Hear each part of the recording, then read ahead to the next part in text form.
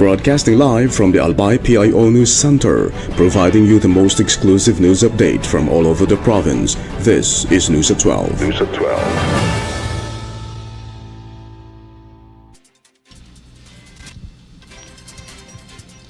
In the local scene, the provincial government of Albay is moving forward with plans to develop a renewable energy project as investors continue to assess potential sites in the province.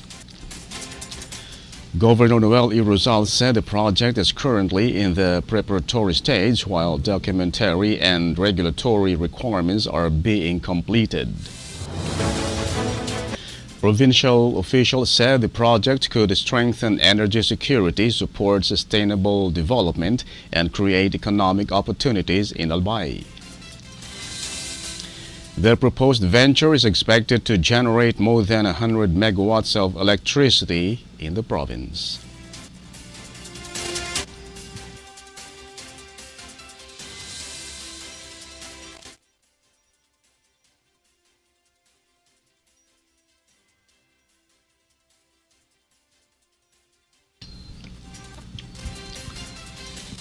In other story, Governor Noel E. Rosal said the proposed increase in the pension of indigent senior citizens in Albay is still under review.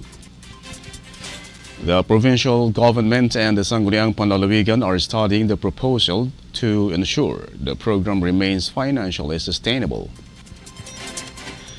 Officials expressed hope that funding for the proposed increase could be approved next year to provide greater support for the elderly sector.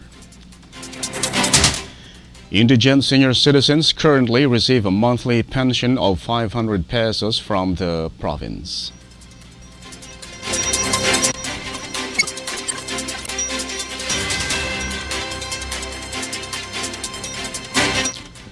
In other story,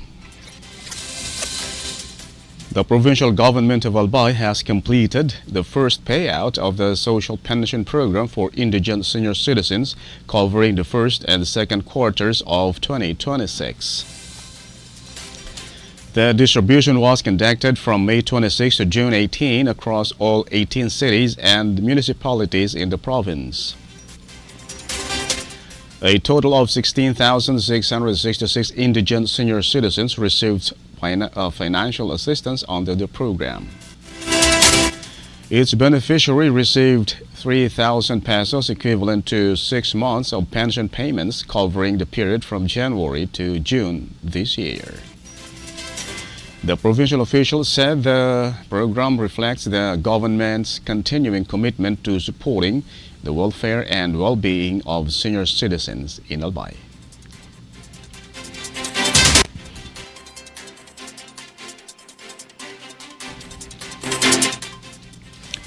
In the national scene,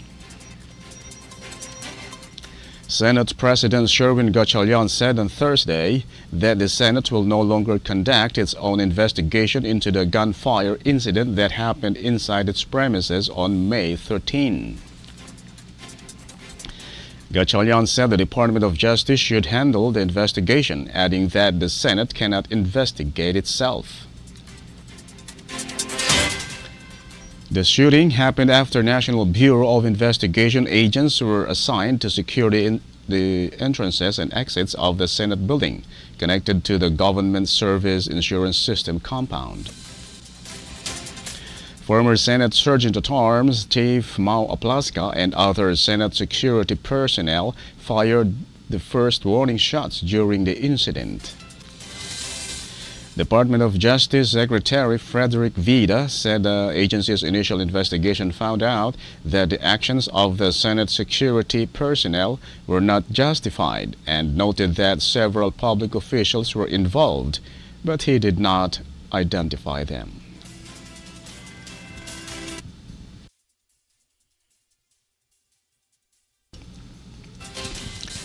In other story,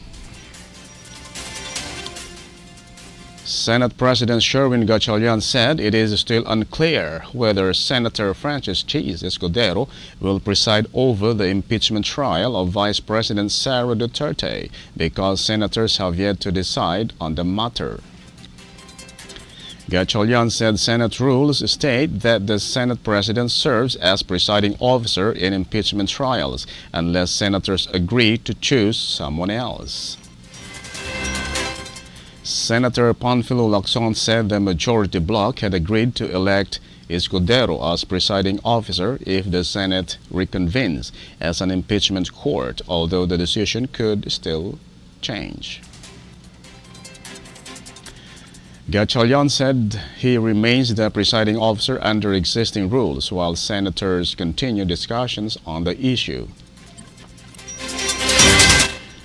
The question over who will preside comes as 9 senators led by Alan Peter Cayetano asked the Supreme Court to void the June 3 Senate proceedings, while Gatchalian insisted the chamber had a quorum and said work will continue because no temporary restraining order has been issued.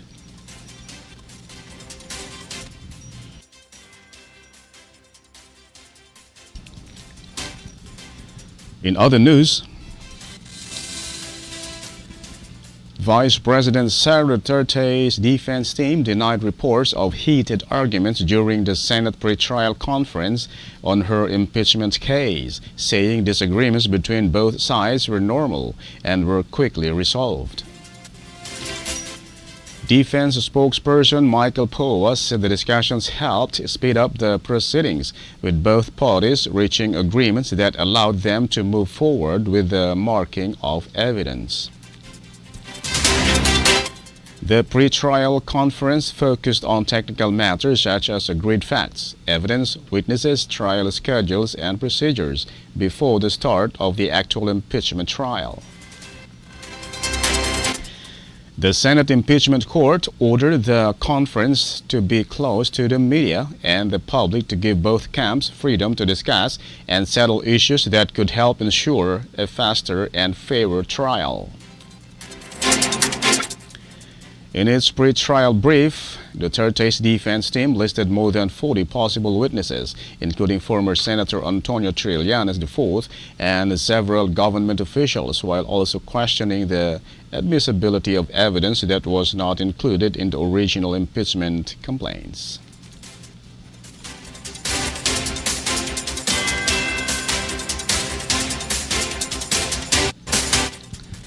And in the news outside the country, U.S. President Donald Trump and Iranian President Masoud Pezeshkian signed an agreement on Wednesday aimed at ending the conflict in the Middle East, with Iran agreeing to reduce its enriched uranium stockpile in exchange for major economic relief. The deal includes the immediate lifting of U.S. oil sanctions on Iran and plans for a $300 billion reconstruction fund once a final agreement on Iran's nuclear program is completed. Iranian officials described the agreement as a victory for Tehran, while some U.S. lawmakers criticized it, arguing that Iran's nuclear ambitions remain a concern and that sanctions relief came too soon. The agreement begins a 2-month negotiation period during which Iran will dilute its enriched uranium under international supervision, and the Strait of Hormuz is expected to reopen to global shipping. Although the deal has reduced tensions in the region, clashes continued in southern Lebanon, while Israeli forces and Hezbollah reported new attacks and casualties.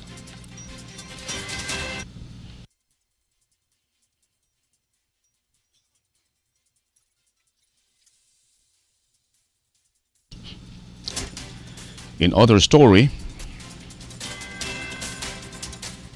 a United Nations expert warned that freedom of expression is shrinking worldwide as governments, aided by powerful technology companies and new digital tools, increasingly silence criticism and opposing views.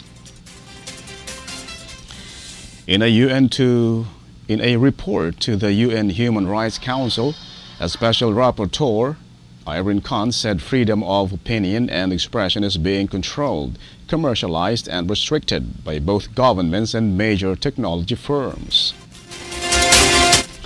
Khan criticized the growing influence of artificial intelligence and social media platforms, saying they contribute to online abuse, misinformation, and threats to journalists while operating with limited accountability and oversight. She also warned that some governments are using laws on terrorism and security to suppress peaceful protests and dissent, while populist leaders exploit free speech to spread hostility against minority groups.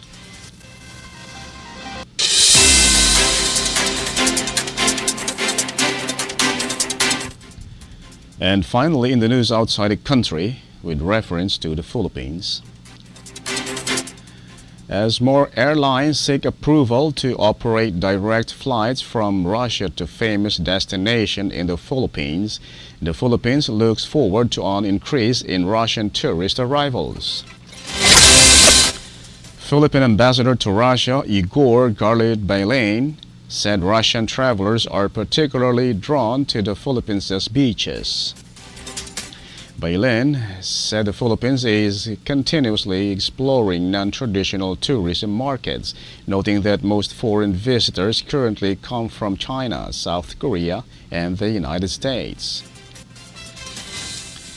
This was said during President Ferdinand Marcos Jr.'s working visit to Kazan from June 17 to 18 for the Association of Southeast Asian Nations ASEAN-Russia Commemorative Summit.